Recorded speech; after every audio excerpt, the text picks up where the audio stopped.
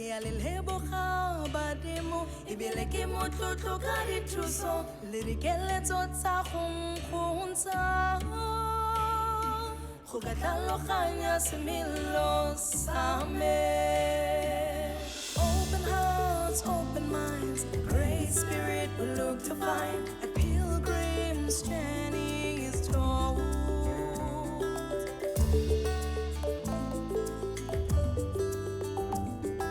A new beauty unfolds. Spirit in the wind, love is the cord that binds us. Hello and welcome to another episode of Pilgrim. And this time I will be exploring the use of dance and movement as part of spiritual practice. And for that, I will be dancing with a Sangoma and her initiates. I'll be doing some shamanic dance and dance awake, which forms part of conscious dance. I'm really excited about this because I really love dancing. I love dancing a lot and I love getting on the dance floor and getting it down. This episode now asks me to do it very differently. It asks of me to bring a mindfulness to the dance, a more conscious, intentionally set mindset about how I use movement as a vehicle that brings me deep within myself, to really dance the essence of divinity within myself. I'm looking forward to this. I'm curious about what I will experience.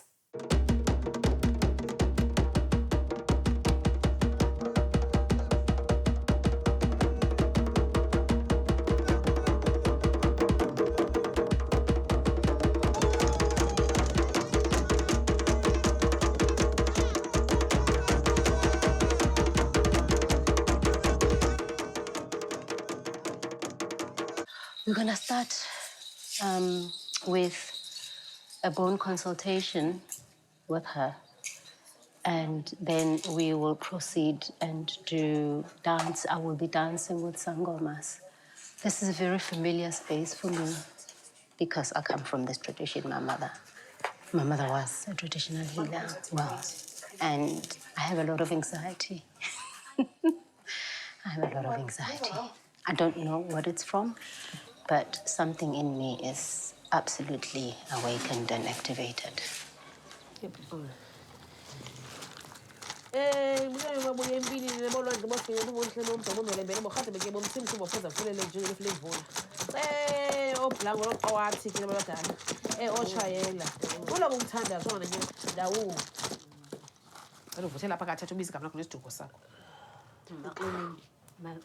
Mokwena. Makgati Mokwena.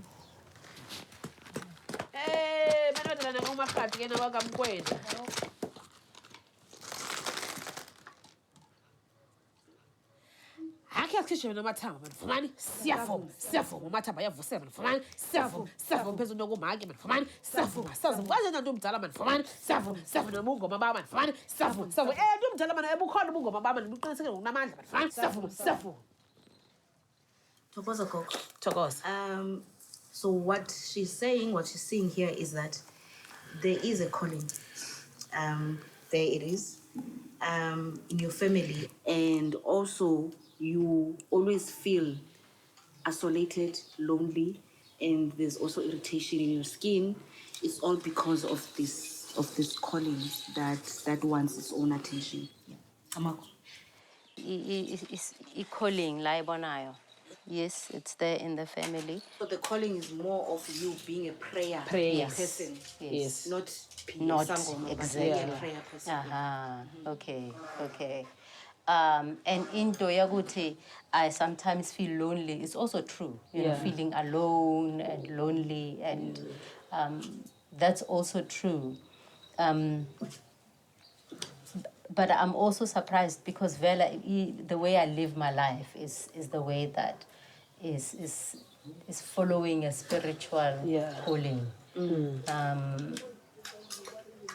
But it's always there anyway. Yes. And I think this is why then you need to do more dancing. Okay. This is where, for you, dancing is your medicine. Even more, because prayer, someone who's called to prayer, they must dance all the time. So, and also you are going to heal people by starting, for instance, because this is what I'm seeing. So you host these workshops. So this is how you are healing others in a way. So that's your healing journey. Thokoza. We have to taste here, so that we call our ancestors.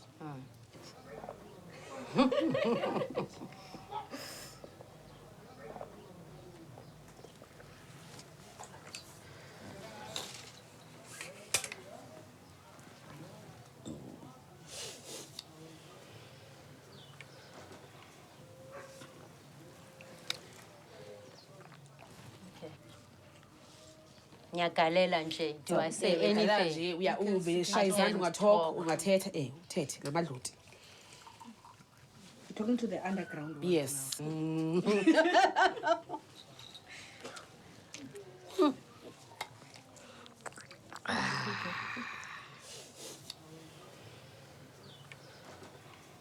Lots of really useful guidance from Gogo, and at the end there, I just felt my whole being reverberate with all of this information.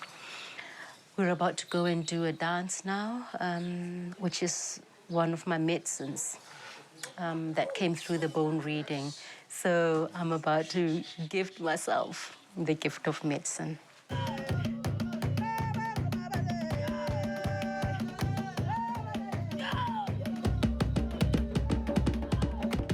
That dance is my medicine should not have come as a surprise to me. After all, I am a registered dance movement therapist. The bone reading, however, did remind me of the power of the spirit realm, that nothing can ever be hidden. A pilgrim's journey is told. A pilgrim's journey is told.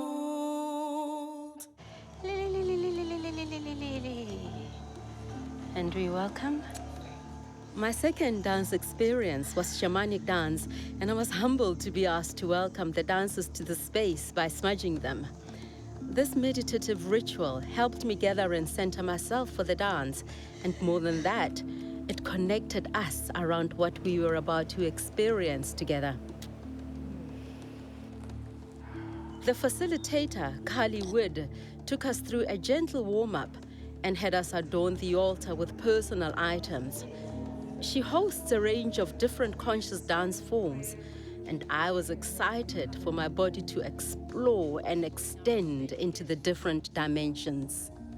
This happened to be a shamanic one that took us around the hoop of life, the sacred hoop of life, which in all the wisdom traditions is the medicine wheel of the 4 directions, the 4 elements, the emotions and intelligences that come from all of those different elements. And then we're made up of those elements. So the intention was to help balance us, particularly as we are living in very uncertain times. So dancing the medicine wheel takes us back to that ancient knowing. We're remembering the truth of who we are, and we connecting in with the ancients, with the ancestors. The ancestors are, again, part of us. There's no separation between the past, the present, and the future. Fire is very purifying for me, and yeah, just a radical energy.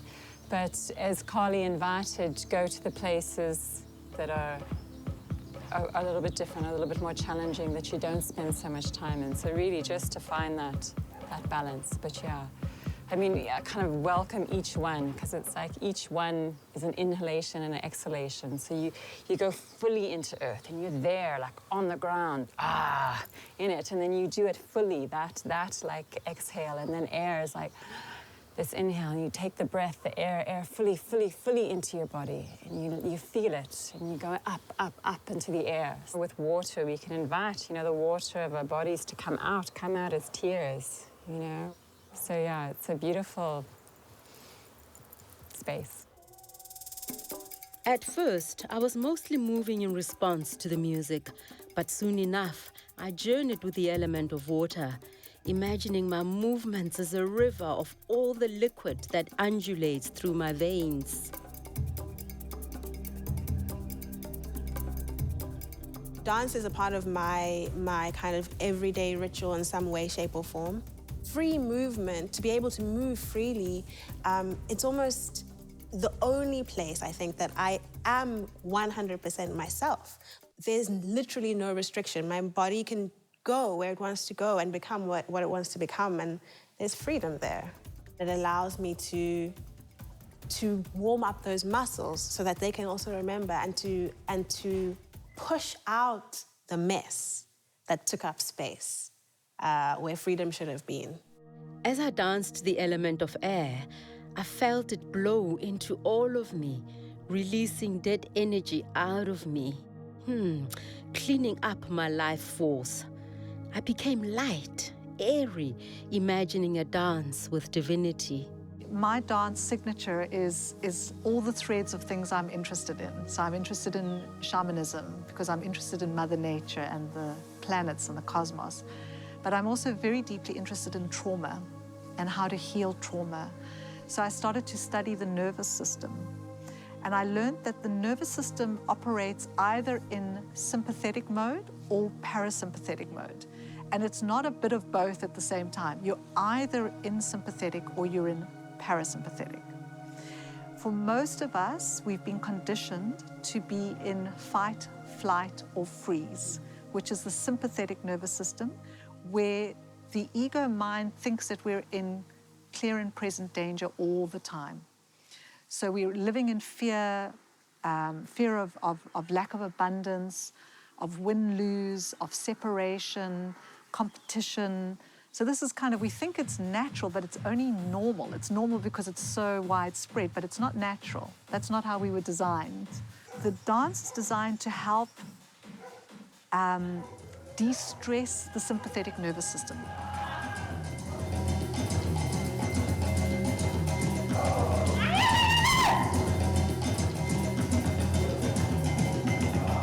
I've been facilitating conscious dance for about 10 years now. I've done a lot of movement medicine, which is a form of shamanic dance. And somehow my other work, where I've been learning with traditional healers, sitting at their feet, and really just being so blessed to have that wisdom transmitted to me. And I don't belong to a church of dance, you know? I don't belong to a sort of rigid set of rules around dance. It's kind of developing in me, and it calls me, and I just listen to that voice and trust it and follow it. So the shamanic ecstatic trance dance has just expressed itself through me without me ever planning it. What is it that brought you to trust the medium as implicitly as you do? Because in the way you facilitated, you absolutely are somebody who sits in it, and is able to share it from a place of depth. I think it's because the more I've danced, the more I've tuned into that inner guidance that we all have inside of us, but we haven't learned to trust because we've been very conditioned to trust in the mind. And the mind is a trickster, but the body never lies. This sensed intelligence that comes from the whole body, and it comes from the deep. That's the difference. It's embodied rather than in the head. I actually was wondering about the embodiment aspect, as opposed to when a person sits in meditation, for instance. I think a lot of spiritual practices, even the non-traditional spiritual practices like Buddhism, are quite disembodied. disembodied. There's a way that we get encouraged to transcend the body, whereas dance is about bringing spirit into the body. So it's pouring consciousness into our bodies and helping to repair the nervous system, trauma, wounding, unconscious patterns that are playing. And the more that consciousness pours through the body, the more we start to, with grace and luck, we get to see these unconscious patterns that have caused so much suffering to ourselves and everyone around us.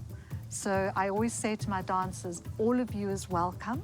The good, the bad, the right, the wrong, the angry, the sublime. All of it is welcome in the dance. And then to give that expression, give it space, give it some time, give it movement. It's flow, it's rhythm, it's moving, it's breathing, dancing, and feeling joy. Because it's impossible to dance when you're contracted.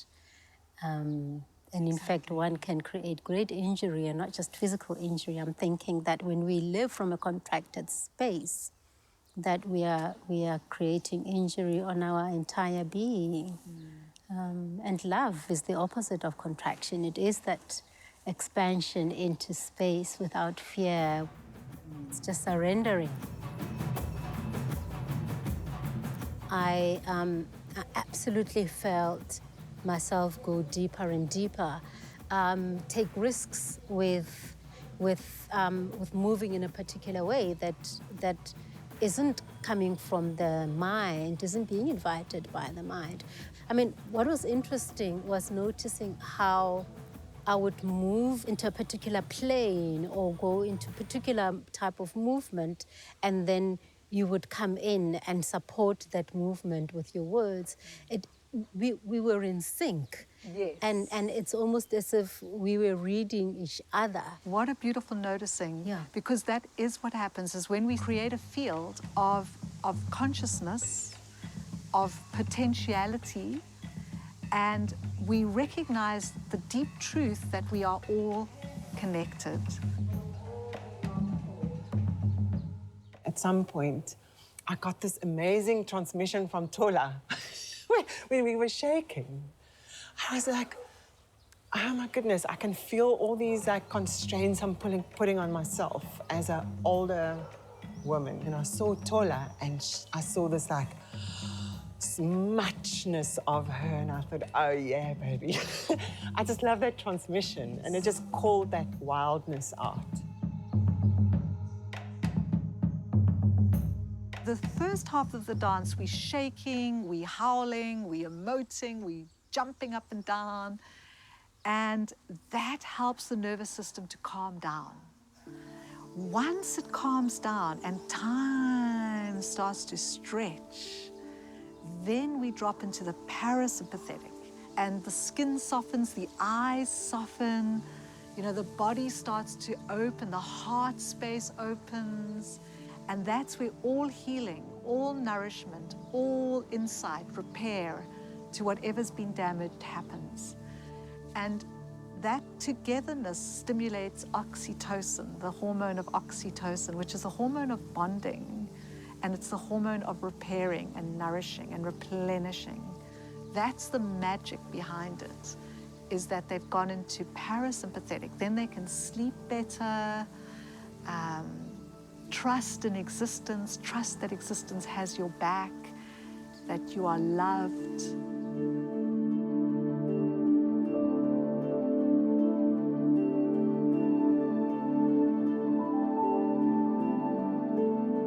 There was a point where I started moving outside of my own space and started joining with other dancers in the room and playing around and reflecting and mirroring and attuning and complimenting.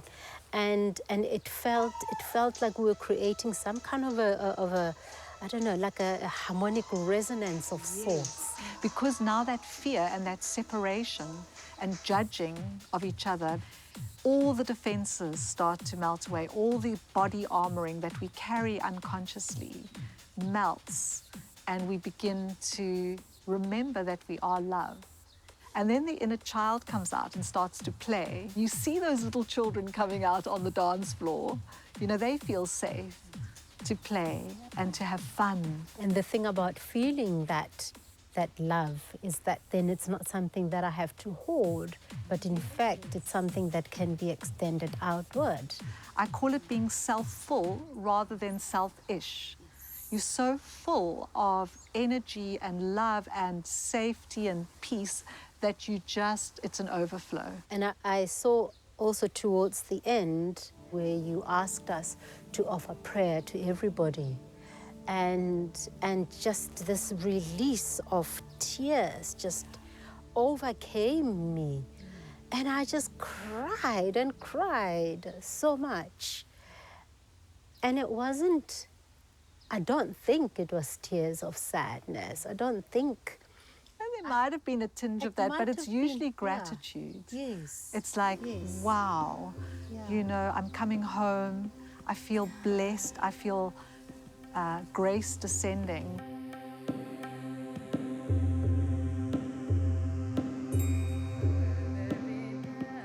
It's not polarized. Right. It's unified.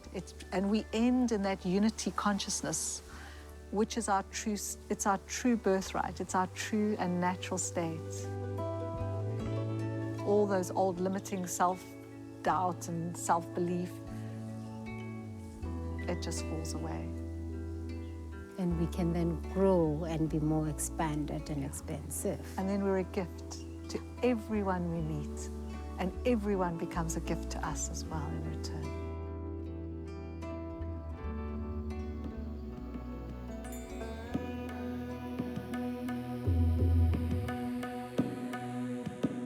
I have found home in my own body and in the shared space of unconditional connection with all. This dance is the cord that binds us.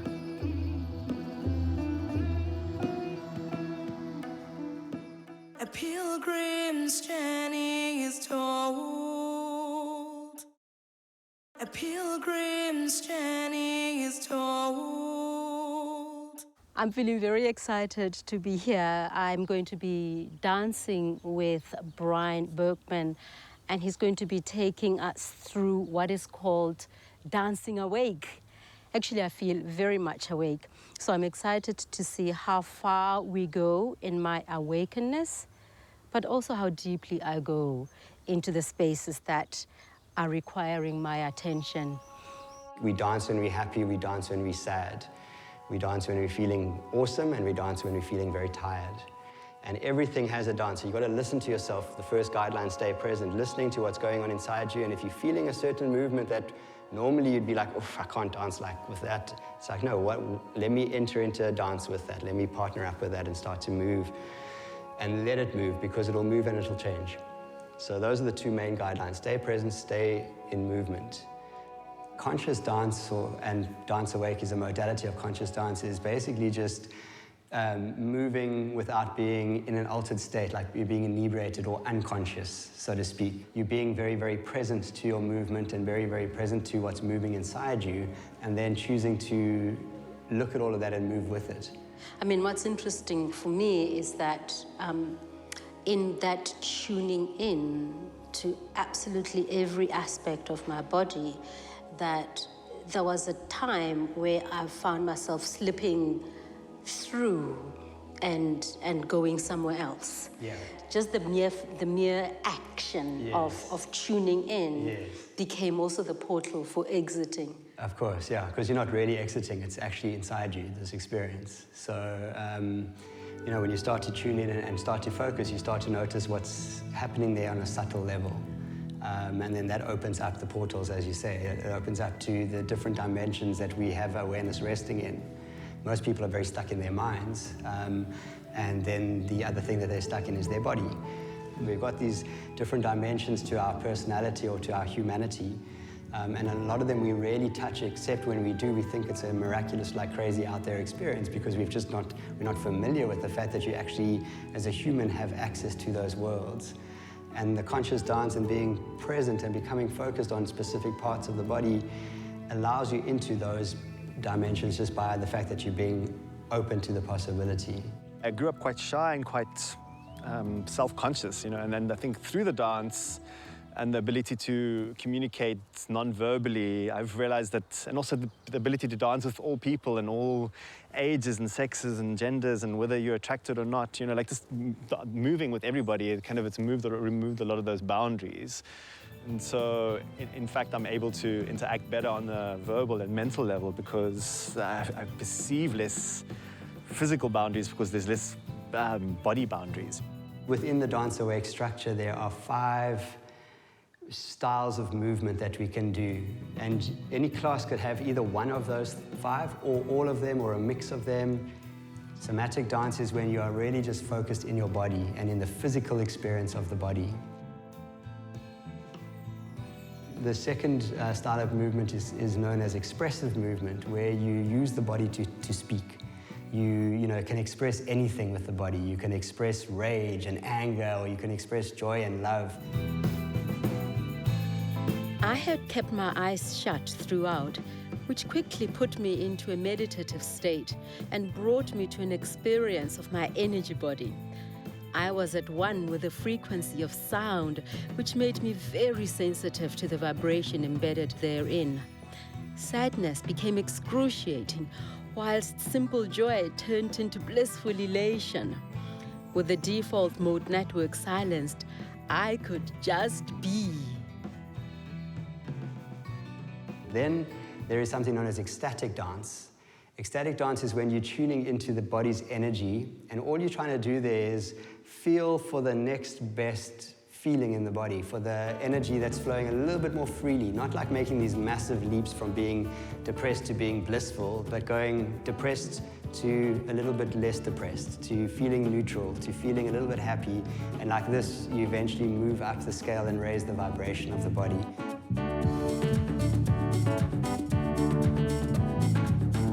Then we have shamanic dance, or shamanic movement, or psychic movement. And that's a huge dance on its own. And that is where we play with all the sort of elements. And then the last one is invocatory dance. And invocatory dance is the closest that we come to in Dance Awake, where you actually decide, okay, I have a prayer, or I have an intention or a vision, and I want to feel what that feels like in my body when I embody it.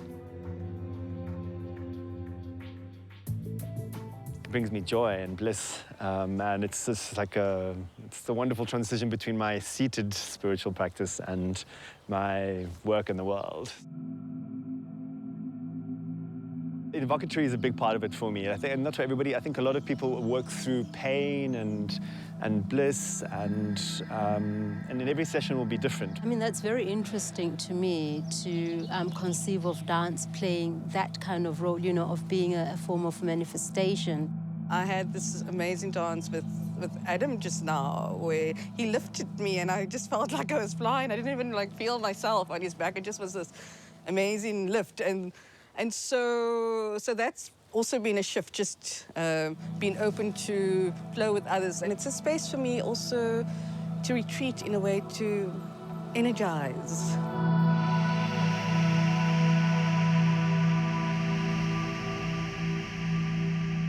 In our Dance Awake map, we have 5 dimensions.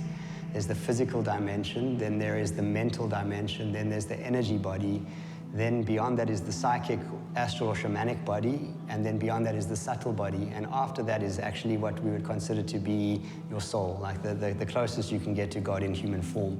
The main aim of it would be to awaken to a deeper reality of your own being. So it has a beautiful sort of twofold work. It helps you process difficulty and challenges, and if you're going through hard times or difficult things or things that your mind can't seem to work out, the movement and the dance is a really great modality to help you process that kind of stuff.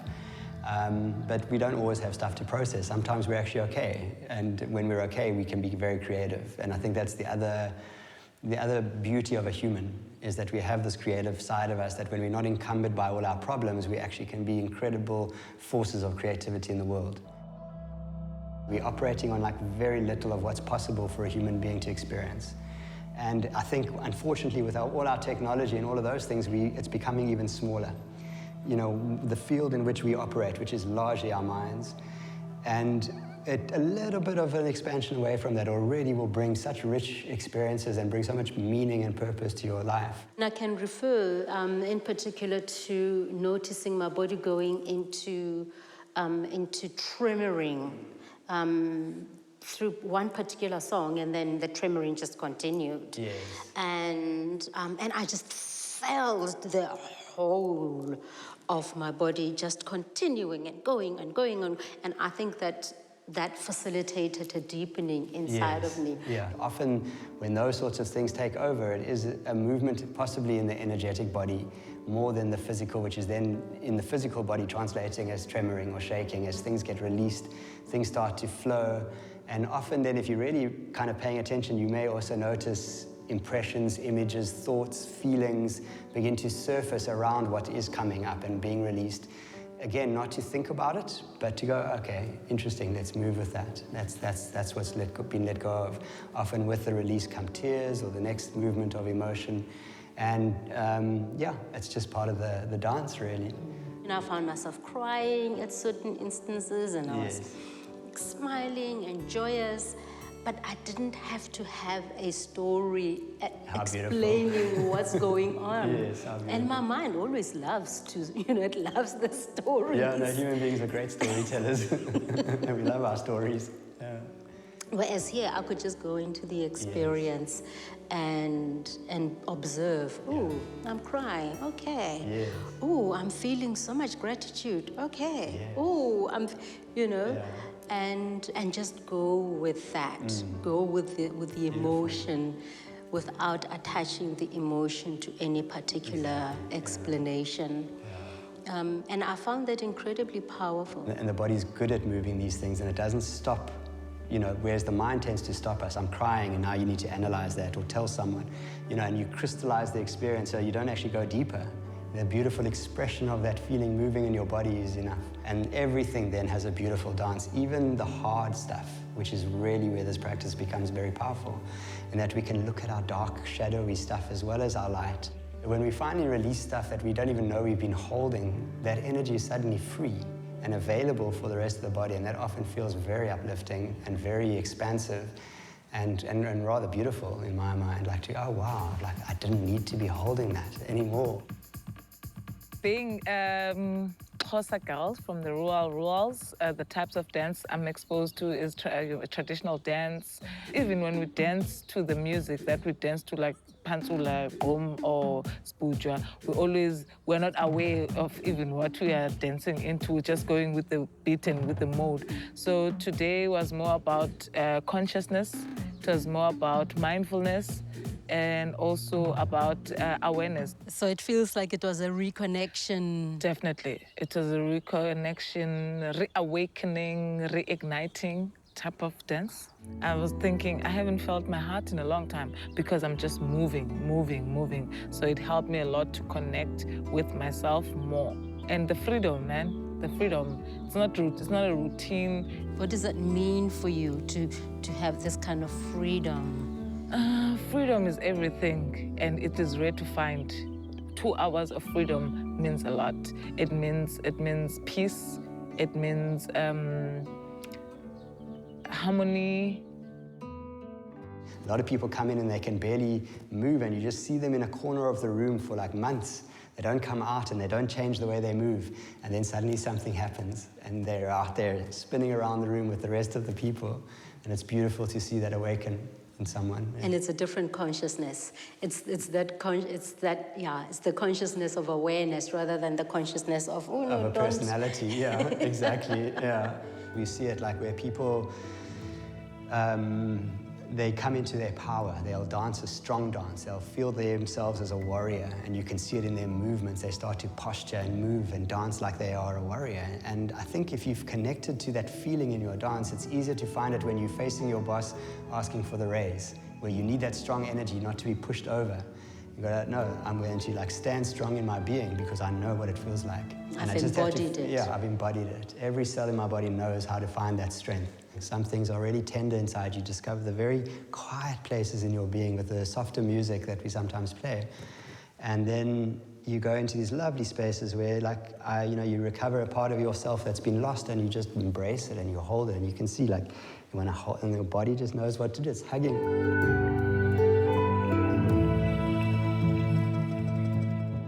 So for me, this is a once off.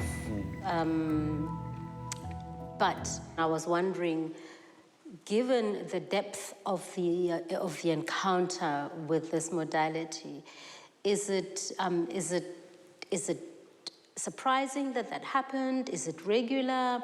Does one have to attend regular classes in order to facilitate that depth? It's every class will be a little bit different, and depending on where you are and what's moving inside you, different experiences arise. And you might find that some classes are just a great exercise. You come away feeling really good physically, you've sweated a bit, you've moved with stuff, you've gotten the energy flowing in the body, so it gives you a sense of well-being physically and mentally. And then other times you can drop into these like astral dimensions where you have experiences of, communion with God. It's hard to predict on what the experience will be from class to class. But in my experience of it is that the more you practice the practice, obviously, the more you're open to the possibilities. And then you can also use the practice. You can actually consciously choose to go to those places as part of your dancing and start to kind of create an invocation, or you can start to move with your prayers. An important thing about in conscious dance is the ending, where you give people a little bit of space to move from all this movement into stillness. Then I always like to invite there the opportunity to find the last shape that your body wants to hold in its dance and to rest into that shape. But that embodied shape is kind of like the essence of the whole dance, gets kind of crystallized into that last little bit of, here's how I finish. And when you have your own repertoire, I can walk into an office and hold my hands in a fist and I know what I'm invoking. This felt very authentic. It felt very real and very connected right at the beginning. Yeah, there's a very lovely energy in the room today, for sure. It was a beautiful dance. I loved it. That was a journey into a different realm. I know that I went into a different realm. In fact, I can barely feel myself in this space.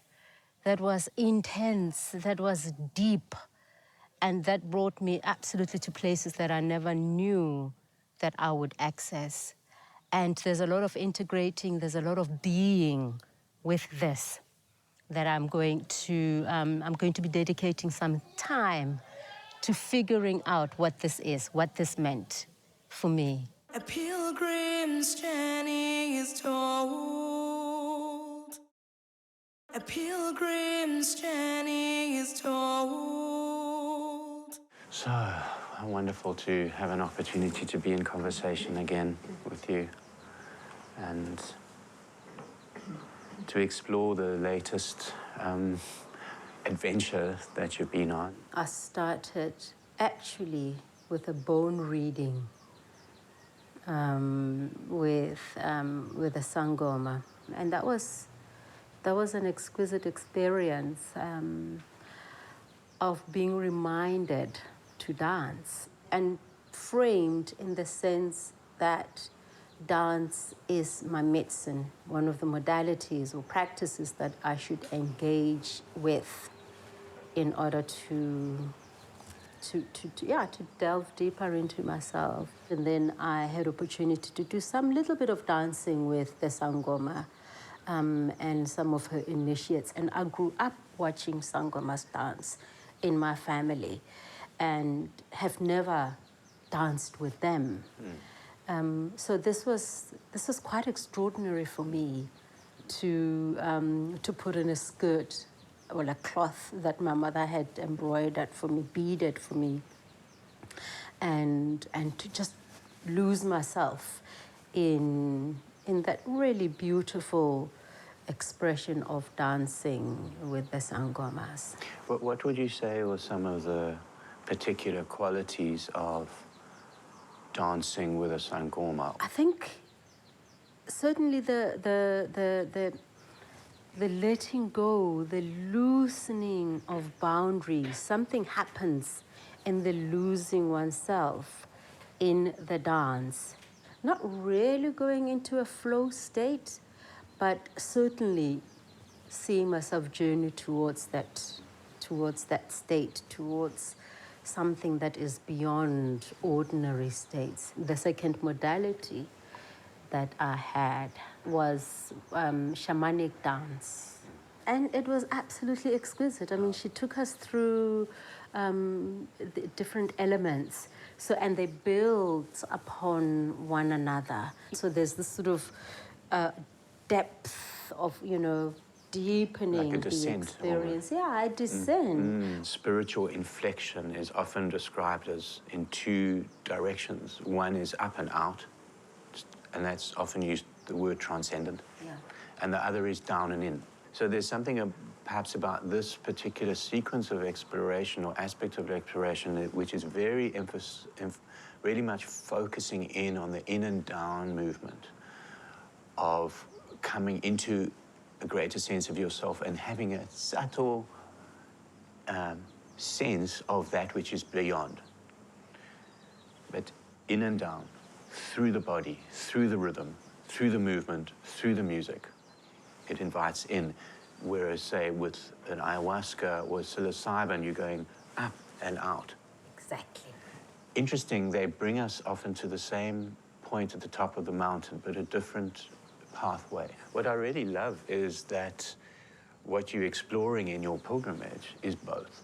And as we know, they've been likened to the up and over being the masculine and the in, and deepened experience being the feminine, you know, psyche and spirit, and here they are dancing with one another. I wonder where they meet. Is there a kind of subtle place of convergence as well as divergence? I mean, my immediate response was, it feels like they meet in the heart. And I'm wondering how the third experience, whether that mirrors that or it took a different form. The minute he put on the music and I closed my eyes, I immediately was gone. My body is not just this physical body, but all the different aspects.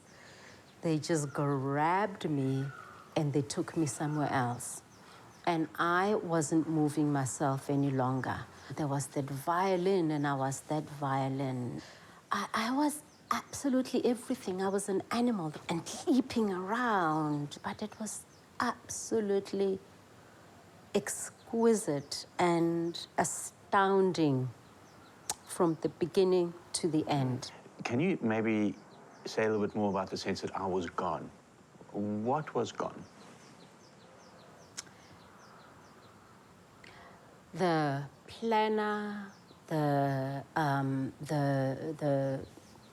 judging, so the one that would be conscious of, oh, how am I looking, how am I, that was silenced.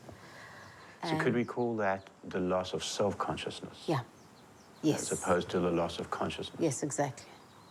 And in that falling away, it brought me to the possibility of the multiplicity of myself, that there isn't just one.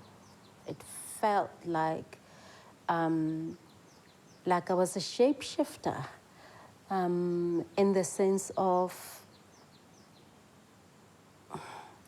what is needing to be expressed. So there was an emerging and emerging and a diffusion of boundaries as self-consciousness began to dissipate. And it gave me access to the immeasurable, the unknown, the unseen, in the most astonishing manner. Even afterwards, after the last song had been played and after he'd brought us out and brought us back, I suppose, into the body, I could feel that I'm still journeying. Was there a sense of an extending into your life? I found that happens quite a lot. That just in moments of me taking a deep breath in and closing my eyes, that flow, it's almost as if it sort of waits somewhere and it just waits for me to create the necessary conditions for it to know that, okay, I'm being invited, and then it just comes. But the invitation for me is to know how to keep that door open. The brain and the body and the body and the brain are in constant communication with each other through a myriad of small molecules, through the cells, and it's very, very complex, but they are in waves and cycles. So there's strong evidence to say that when we move in a kind of way that you've described, we feel better on the inside. We move through the world in a different way, which is less stressful. Rest, relax, restore is one of the primary functions of the physiology when there's no threat. And when the threat system is offline in the brain, the regenerative, restorative, calming systems of the brain body are given space to be fully upregulated and functioning, which has a significant impact on health, all levels of health, psychological, physiological, and energetic.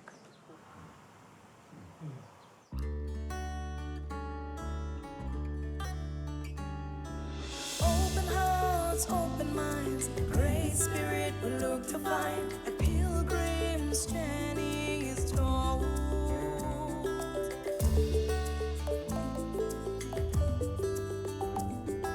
A new beauty unfolds. Spirit